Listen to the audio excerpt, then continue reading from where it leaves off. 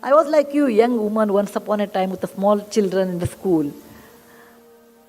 And one thing I learned, there are three types of competition. One is competition in the market, okay, or in the school, or in the field. Most parents will have competition with their children. What is your son scored? I never ask that one, how much your son scored and how much my son scored, and compare. Don't do that. It is not good for you and worse for your child. Every flower is beautiful, but it's in own way. You cannot say rose is better, hibiscus is not. No. Hibiscus has its own property, its own color, its own volume, and it looks different. Every child is a flower by himself or herself. Do not compare. And when my children used to appear for the exam, they get marks, I will just keep quiet. I have seen many parents, because I came from a teacher's family, I understood what it is. But I have seen parents, they will retotal it. Okay? They retotal, not the child. The child is very happy to play outside. Oh, teacher has not given 1 mark here. In programming, there is 1 mark less. Out of 10, she has given 9.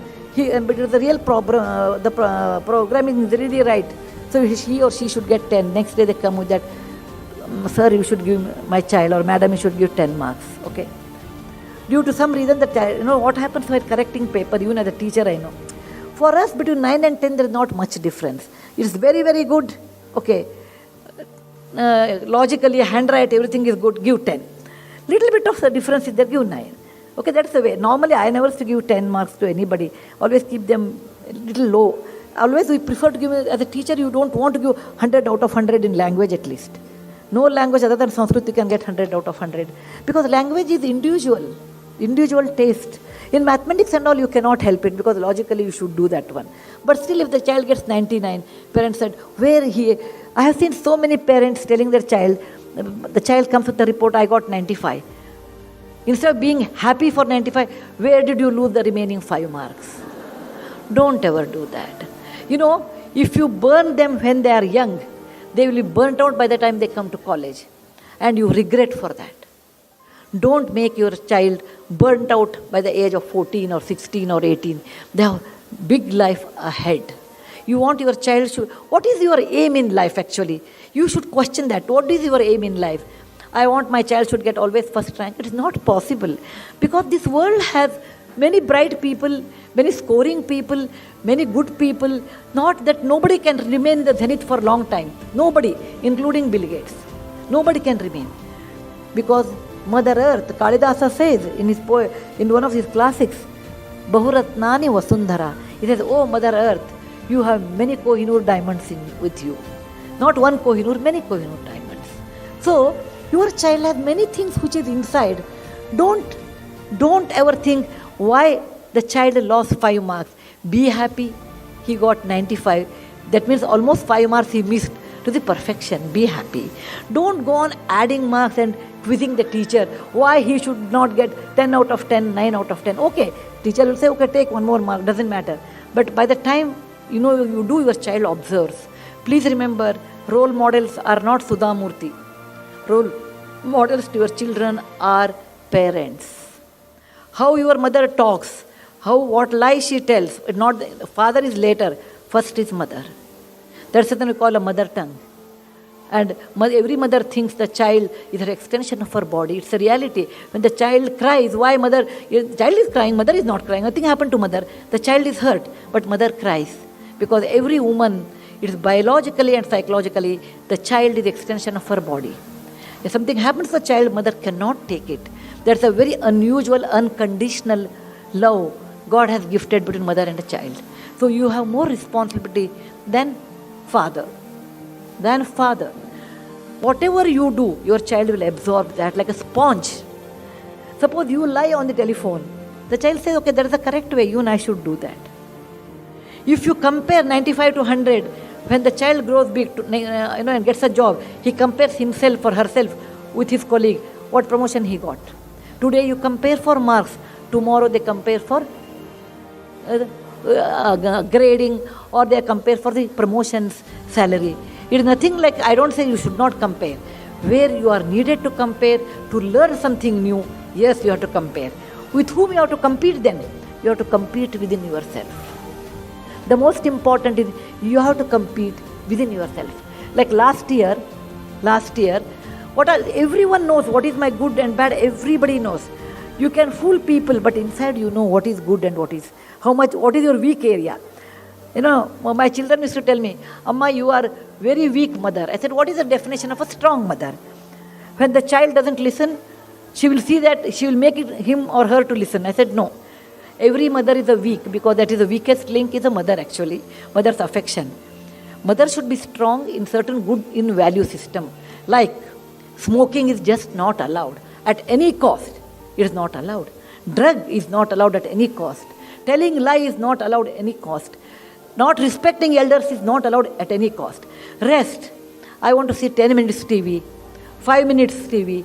Just allow 10 minutes, means give 10 or 12 minutes and switch it off. Don't say that, no, you can't see 10 minutes TV. The child will see neighbor's house and go to 30 minutes TV.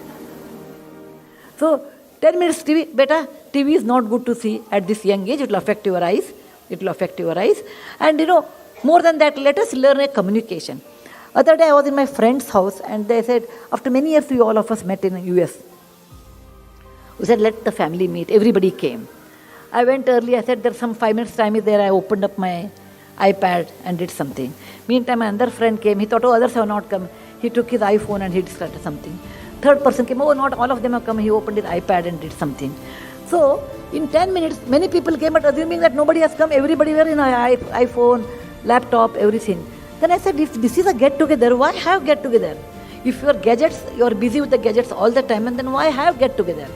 Because the advantage of gadget is efficiency. It's a great efficient tool, but tool is not all in all life. Sweet or a dessert is very, very nice. Jalebi is very nice to eat, but you cannot fill your stomach only by jalebi. Life is like a thali. Please remember, life is like a thali. In thali, what do you eat? A normal vegetarian thali, I can tell because I'm a vegetarian. 1 cup of rice, 1 bowl of rice, 2 chapati, 1 dal, 1 sabji, 1 raita, dahi, 1 sweet, 2 papad, and little achar.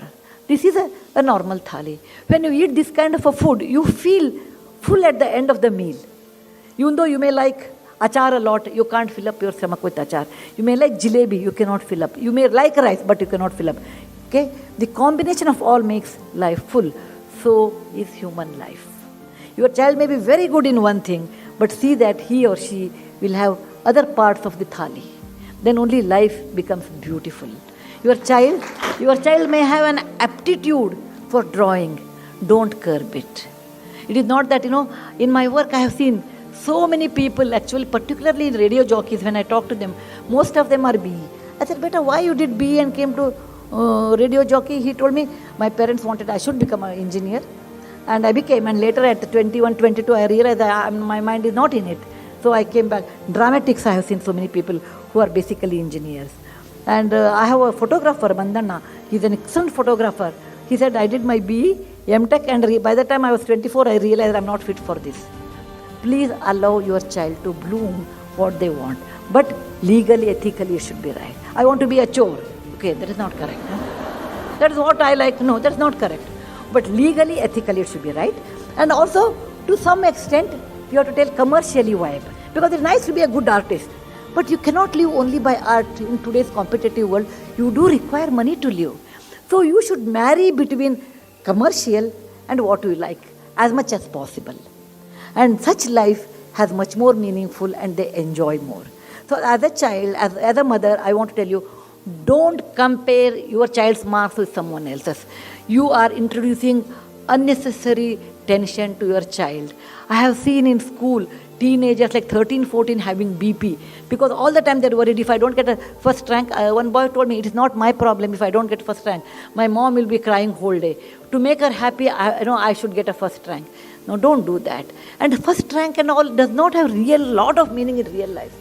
As a child, you and I used to feel that way. You should always get a first rank. But someday I realized it is good to get good marks. It is good to work hard. But that is not all in life. What you require in life is like a thali meal. You should be intelligent enough to understand the reality, understand the relevance of life, understand what I can do, what I cannot do. There is nothing like, people say, oh, there is no word I cannot do. Napoleon used to say, there is no word no in my dictionary. That is good for Napoleon, and I don't know what he really told. There are certain things you cannot do. Okay? Such things you should not get into that actually. Certain things you can improve. Certain things you can definitely excel. Studies are in your hand, you can excel. Results are not in your hand. Because it is grading is done by someone else in a CBSE, ICSE paper that you cannot tell.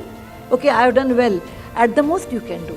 Our education system also makes us to do question to answer. But please remember, you have to have compassion. You have to teach your children compassion in a very young age. A discipline. The most important is a discipline in life. Love for the country. Love for the country. And studies, hardworking. But love for the country you should teach. In any of the national anthem or anything is there, if the child doesn't stand up, you should tell the child, if you don't stand up, my mom used to do. If there's a national anthem anywhere, you have to stand up. If you don't stand up, no dinner on that day. Whatever may be your condition, no dinner. So for me, national anthem was associated with the dinner, actually. Okay, as a child. But it became a discipline. Later I realized why.